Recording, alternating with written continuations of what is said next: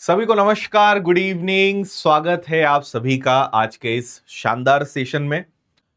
और आपको पता है कि मध्य प्रदेश में अब दो बड़ी भर्ती आने वाली हैं। पहला है एमपीएसआई, दूसरा है कांस्टेबल, पुलिस कांस्टेबल। और एक आबकारी आरक्षक है जिसकी तैयारी आप सबकी चली रही होगी और मुझे लगता है कि विनर्स की एप्लीकेशन से ही आप लोग पढ़ रहे होंगे। दिखा रहा हूं। और देखो, सबसे पहले आपको एक चीज ये पता होनी चाहिए, जैसे कि पुलिस ने भी, मतलब विभाग ने भी, न्यूज़पेपर ने भी, और हमारे जो मुख्यमंत्री जी हैं, जनसंपर्क विभाग है, इन सब ने बताया है। 8,500 में से आप समझ लीजिए कि ये तीन हिस्सों में बटी है। 500, 7,500 और 500, ये तीन हिस्सों में बटी हुई है। अगर मैं इस 7,500 की बात करूं तो ये जो 7,500 है ये आरक्षक की भर्ती आने वाली है, कांस्टेबल की आने वाली है। ये 500 की बात करूं तो इसके अंदर एमपीएसआई, सूबेदार, ये सब शामिल रहेंगे। और ये जो 500 है इसके अंदर एएसआई और अदर जो होते हैं ना, अन्य जो स्टाफ होता है पुलिस में, उनकी भर्ती रहेगी। तो ऐसे ये तीन प्रकार से रहने वाली है। 500 एमपीएसआई, 750 आरक्षक और 500 आपके एएसआई और अन्य। ये सारी चीजें आपको पता होनी चाहिए। इतनी वैकेंसीज आपको देखने को मिलेंगी। इसमें बहुत हद तक संभावना है कि सबसे पहले एमपीएसआई का नोटिफिकेशन आए, इसके बाद आपके कांस्टेबल का, और इसके बाद आपके एएसआई का। कई सारे लोगों को शायद ना पता हो, इसलिए जल्दी से एग्जाम की प्रोसेस बताते हैं और उसके बाद फिर हम कट ऑफ पे डिस्कशन करेंगे कि इतना हाई कट ऑफ अगर जा रहा है तो इसके क्या मायने हैं, और नए बच्चे या जो भी बच्चे इस बार इस एग्जाम को देने के इच्छुक हैं उनको क्या करना है। देखिए, सबसे पहले तो आपका एक कंप्यूटर बेस्ड टेस्ट होता है, उसके बाद आपका फिजिकल एफिशिएंसी टेस्ट होता है, फिर मेडिकल होता है और डॉक्यूमेंट वेरिफिकेशन होता है। और आपको यह भी पता होना चाहिए कि जो कंप्यूटर बेस्ड टेस्ट है इसके 100 नंबर होते हैं और इस फिजिकल के भी 100 नंबर होते हैं। यानी मेरिट जो है इन 200 नंबर पे बनती है। पहले फिजिकल क्वालिफाइंग होता था, लेकिन पिछली दो भर्तियों से फिजिकल के भी 100 मार्क्स हो चुके हैं, है ना। तो अब 200 में से आपको नंबर लाने होते हैं और दोनों का इक्वल इंपॉर्टेंस है। देखिए, टोटल 100 क्वेश्चन, 100 नंबर का पेपर और 2 घंटे 120 मिनट आपके पास होते हैं।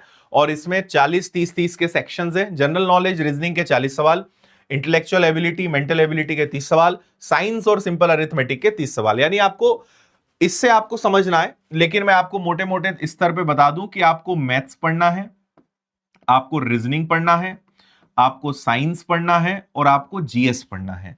ये 4 सब्जेक्ट इसमें महत्वपूर्ण है ना। और जीएस मतलब फिर इसमें सब आ जाएगा, करंट अफेयर्स, एमपीजी के, हिस्ट्री, ज्योग्राफी, पॉलिटी, एवरीथिंग, हर चीज इसके अंदर इंक्लूड है। तो ये 4 सब्जेक्ट्स हैं जिनसे आपके टोटल 100 प्रश्न बनते हैं, मैथ्स, रीजनिंग, साइंस और जीएस। और मैं आपको अभी ये बताने वाला हूं कि किस सब्जेक्ट से कौन से महत्वपूर्ण टॉपिक्स हैं, क्या क्या प्रश्न बनते हैं, उनकी हम चर्चा करेंगे। एज 18 से 33 ईयर होती है, 18 टू 33। और 10वीं इसकी क्वालिफिकेशन होती है। अनुसूचित जनजाति के लिए 8वीं या उसके समकक्ष होती है। इसमें रेडियो ऑपरेटर भी होते हैं, उनके लिए 12वीं प्लस उससे रिलेटेड जो टेक्निकल नॉलेज है वो आपके पास होना चाहिए।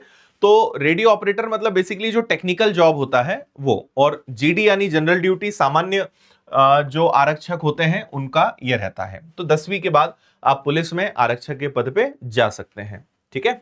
वेतन मान जो है 19,500 का बेसिक होता है। आप मान के चलिए कि करीबन 25,000 से लेकर 30,000 के बीच में इसकी सैलरी कैलकुलेट होती है। लेकिन पहले साल आपको सरकार 70% सैलरी देगी, अगले साल 80%, अगले साल 90% और चौथे साल से आपको 100% सैलरी मिलेगी। तो ये जो मैं बता रहा हूं ये 100% सैलरी है। अब इसका 70, 80, 90 आप निकाल सकते हैं, प्लस सुविधाएं और सारी चीजें। मतलब मोटा मोटा आपको 20,000 के आसपास इसमें पहले महीने से आपको सैलरी मिले। इसमें अरिथमेटिक एडवांस दोनों आता है, ये ध्यान रखिएगा। तो आप इसका स्क्रीनशॉट ले लो सबसे पहले। फिर इसके बाद आगे बढ़ते हैं। तो ये एडवांस के मैक्सिमम टॉपिक्स हैं, तो इनसे कितने कितने सवाल आए हैं वो आप यहाँ पे देख सकते हो। और अगर आप एकदम फ्रेशर हैं तो शुरुआत आप अरिथमेटिक से करिएगा। और अरिथमेटिक में सबसे पहले आप, जैसे मान लीजिए विनर्स का कोर्स आपके पास है, तो पहले आप कैलकुलेशन टॉपिक पढ़ना, है ना, मेरे वीडियोस आपको मिल ही जाएंगे। उसके बाद आप रेशो टॉपिक पढ़ना, उसके बाद आप परसेंट टॉपिक पढ़ना। शुरुआत सबको इसी से करना है। उसके बाद फिर आपकी लिंक बनती जाएगी। और ये 2-3 टॉपिक के बाद जब आप क्लासेस देखोगे तो आपको समझ में आ जाएगा कि अगला कौन सा, अगला कौन सा। अरिथमेटिक से हमेशा शुरू करो, कैलकुलेशंस की ट्रिक सीखो पहले, अनुपात समानुपात पढ़ो, प्रतिशत पढ़ो, बहुत अच्छी शुरुआत होगी, चीजें बनेंगी। और स्कूल में जो डर है कि मैथ्स मुझसे बनेगा नहीं बनेगा, सब दिमाग से निकाल दो, बहुत अच्छे से आप एग्जाम दे पाओगे और बहुत अच्छा सीखोगे भी। ठीक है, तो कोई दिक्कत वाली बात इसमें नहीं है। तो ये भी आपने स्क्रीनशॉट ले लिया।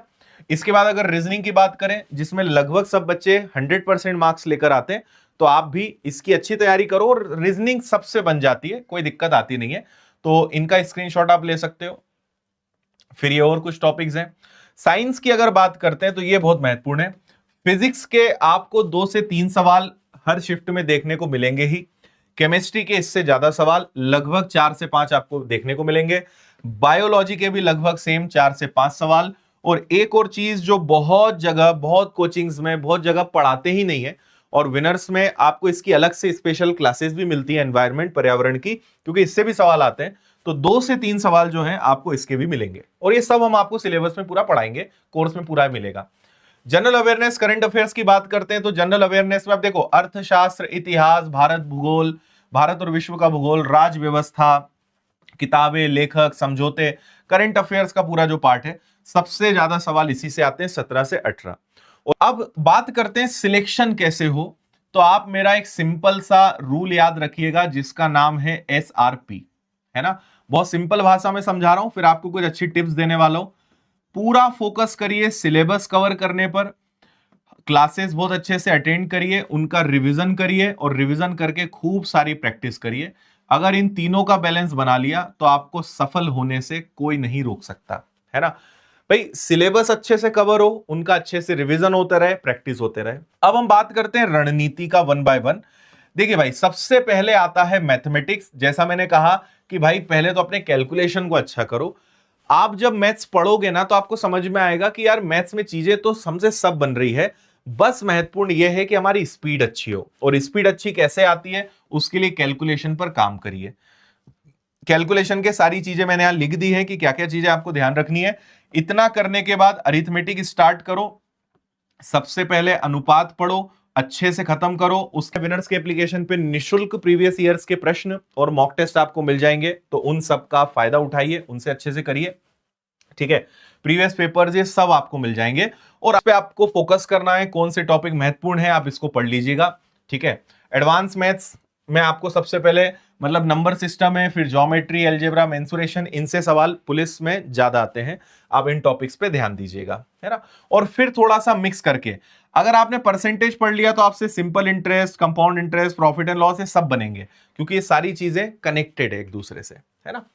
रीजनिंग में तो मैं आपको बताऊं, कोई भी चैप्टर एक बार पढ़ोगे और थोड़ी सी प्रैक्टिस करोगे, कुछ नहीं भूलते हैं, और लगभग सब लोग रीजनिंग में बहुत अच्छे मार्क्स ले ही आते हैं, है ना। तो रीजनिंग और मैथ्स ये 2 स्कोरिंग सब्जेक्ट्स हैं, ध्यान रखिएगा। जितना खींच सकते हो नंबर, इन दोनों में ही खींचना है, क्योंकि साइंस और GS कोई अंदाजा नहीं, कितना डेप्थ में आएगा, कितना पूछा जाएगा, कोई भरोसा नहीं है। इसलिए समझदार लोग और सिलेक्टेड लोग और रैंक लाने वाले लोग मैथ्स और रीजनिंग में खींच लेते हैं ज्यादा नंबर। और आप अगर देखोगे तो मोटा मोटा लगभग 60 से 65 सवाल केवल मैथ्स और रीजनिंग के ही आपको देखने को मिलेंगे। और 60 से 65 नंबर ही अगर आपने ले आए, और GS साइंस से आपने 15-20 नंबर ले आए, तो आप वैसे ही, और इसके बाद बस फिजिकल, उसमें नंबर खींच लो, आप कट ऑफ तो छोड़ो, आप रैंक लेकर आओगे, पर उस लेवल की मेहनत करनी पड़ेगी आपको। तो रीजनिंग में कोई ज्यादा दिक्कत नहीं जाती है ना। देखो, करंट अफेयर्स रोज पढ़ना चालू कर दो भाई, है ना। रोज 15 मिनट, आधा घंटा निकालो, करंट अफेयर्स डेली पढ़ना शुरू कर दो। फिर कोई एक सब्जेक्ट उठा लो, जैसे पहले इतिहास निपटा दो, फिर ये खत्म हो जाए। साइंस में आप चाहो तो पहले बायो उठा लो, बायो खत्म हो जाए तो केमिस्ट्री, फिर फिजिक्स, फिर इतिहास खत्म हो जाए तो राजनीति विज्ञान उठा लो, फिर ये खत्म हो गया तो भूगोल उठा लो, फिर ये खत्म हो जाए तो स्टैटिक जीके उठा लो। एक साथ बहुत विषयों पे काम नहीं करना है, 3 या 4 सब्जेक्ट एक बार में हमें पढ़ना है, जिसमें मैथ्स और रीजनिंग पे मैक्सिमम टाइम जाना चाहिए, और कम समय, मतलब बचा कुचा समय हमें GS, करंट अफेयर्स, इन पे देना है। मैथ्स रीजनिंग एक बार खत्म हो गए तो फिर GS, साइंस और इन सब पे ही हमें टूट पड़ना है। ठीक है, तो यहां कुछ और आपके लिए पॉइंट्स हैं, इनको आप पढ़ लीजिएगा, है ना। काफी ज्यादा समय हो चुका है,